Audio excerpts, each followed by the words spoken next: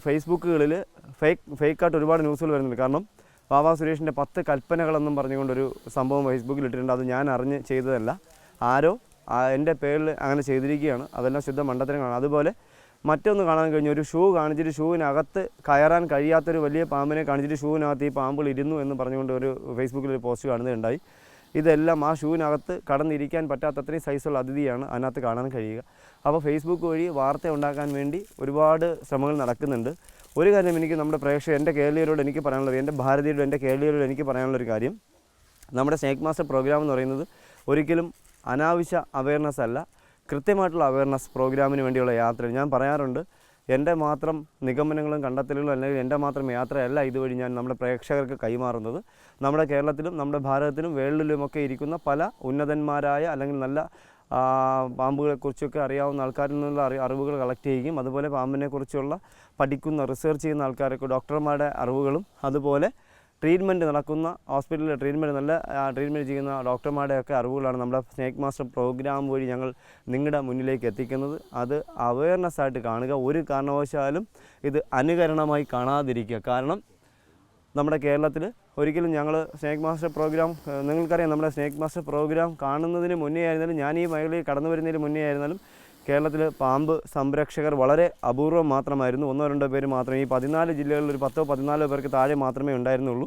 ഇപ്പോൾ നമ്മുടെ പ്രോഗ്രാം കണ്ടിട്ട് പേടി മാറിയതുകൊണ്ടും ഭയം മാറിയതുകൊണ്ടും പാമ്പുകളെക്കുറിച്ച് അറിയാൻ കഴിയുന്നത് കൊണ്ടും ഒരുപാട് പാമ്പിനെ പിടിക്കുന്ന ആൾക്കാർ നമ്മുടെ കേരളത്തിൽ ഇന്ന് വരുന്നുണ്ട്. പക്ഷേ അത് നിങ്ങൾ മനസ്സിലാക്കേണ്ട ഒരു കാര്യമുണ്ട്, നമ്മുടെ ഫോറസ്റ്റിലെ ഓഫീസർ ഫോറസ്റ്റിൽ തന്നെ പുതിയതായിട്ടൊരു പേപ്പർ ഞാൻ സബ്മിറ്റ് ചെയ്യാൻ പോവുകയാണ്. കാരണം അത് വേറൊന്നല്ല, ഒരു പാമ്പിനെയോ 2 പാമ്പിനെയോ പിടിച്ച എക്സ്പീരിയൻസ് കൊണ്ട് ഒരിക്കലും ഡിപ്പാർട്ട്മെൻറ്റിൽ അവരെ പാമ്പ് പിടുത്തക്കാരായിട്ട് വെക്കരുത്. കാരണം അങ്ങനെ ഈ അടുത്ത കാലത്ത് പാമ്പ് എന്താണെന്ന് അറിയാൻ നമ്മുടെ പ്രോഗ്രാം കണ്ടിട്ട് പാമ്പിനെ പിടിക്കാൻ പോയി 1-2 പേര് ഫോറസ്റ്റിൽ ഡെയിലി വേസ് ജീവനക്കാർ പാമ്പ് പിടിച്ച് മരണപ്പെട്ടു. അതുകൊണ്ട് ഒരു കാരണവശാലും അതിന് അനുവദിക്കാതിരിക്കാൻ വേണ്ടി ഒരു 10 വർഷമെങ്കിലും പാമ്പിനെക്കുറിച്ച് അറിയാവുന്ന, പാമ്പിനെ ഒരുപാട് എക്സ്പീരിയൻസ് ഉള്ള ആൾക്കാരെ പോയി ട്രെയിനിങ് നേടിയ ആൾക്കാരെ മാത്രമേ ഫോറസ്റ്റിൽ ട്രെയിനികളായിട്ട് അല്ലെങ്കിൽ പാമ്പിനെ പിടുത്തക്കാരായിട്ട് വെക്കാൻ പാടുള്ളൂ എന്നുള്ളൊരു പേപ്പർ പ്രസൻറ്റ് ചെയ്യാൻ പോവുകയാണ്. അതുകൊണ്ട് ഒരു കാരണവശാലും നിങ്ങളത് അനുകരിക്കാൻ ശ്രമിക്കരുത്. ഞാൻ എപ്പോഴും പറയാനുള്ളൊരു കാര്യം, ഞാൻ നിങ്ങൾ തമ്മിലുള്ള വ്യത്യാസം ഞാൻ പറയാറുണ്ട്. എൻ്റെ ശരീരത്തിൽ ആൻറ്റിബോഡി ഉള്ളതുകൊണ്ടാണ് ഞാൻ വളരെ ലാഘവത്തോടുകൂടി ഈ പ്രോഗ്രാം തന്നെ ചെയ്യുന്നത്.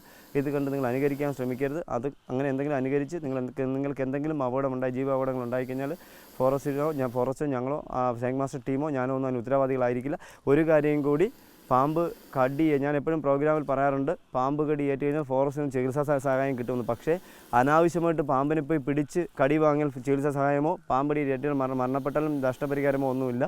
അബദ്ധവശാൽ പറമ്പിൽ ചുള്ളി ശേഖരിക്കാനോ വീടിൻ്റെ പരിസരത്തൊക്കെ പോയി അബദ്ധവശാൽ പാമ്പിനെ ചവിട്ടി കടിയേറ്റാൽ മാത്രമേ അപകടത്തിൽ നിന്ന് ചികിത്സാ ധനസഹായം ഫോറസ്റ്റിൽ നിങ്ങൾ കിട്ടുകയുള്ളൂ എന്നുള്ളത് കൂടി ഓർമ്മിച്ച് വെക്കണം. അല്ലാതെ പാമ്പ് കടിയേറ്റാൽ പാമ്പിനെ പിടിച്ച് കടി വാങ്ങുമ്പോൾ ഫോറസ്റ്റ് ട്രീറ്റ്മെൻറ്റ് ചെയ്യുമെന്ന് പറയും, ഇപ്പോൾ അതിൻ്റെ ട്രീറ്റ്മെൻറ്റ് ഫണ്ട് തരുമെന്ന് പറയുന്നത് തെറ്റായ അറിവാണ്. അങ്ങനെ ഒരു ഫണ്ട് നിങ്ങൾക്ക് കിട്ടില്ല. അബദ്ധവശാൽ പോയി ചവിട്ടി കടി വാങ്ങുകയും പറമ്പിൽ പുല്ല് ശേഖരിക്കാൻ അങ്ങനെ എന്തെങ്കിലും പോകുമ്പോൾ ചവിട്ടി കടിയേറ്റാൽ മാത്രമേ നിങ്ങൾക്ക് ചികിത്സാ ധനസഹായം ഫോറസ്റ്റ് മടക്കി കിട്ടുകയുള്ളൂ. അല്ലാതെ പാമ്പിനെ പിടിക്കാൻ പോയി കടി വാങ്ങിച്ചാൽ നിങ്ങൾക്ക് ചികിത്സാ ധനസഹായം തരാനായിട്ട് ഫണ്ട് ഫോറസ്റ്റിനില്ല. അങ്ങനെ ഒരു നിയമവും ഇല്ല എന്നുള്ളത് കൂടി ഓർത്ത് വെക്കണം.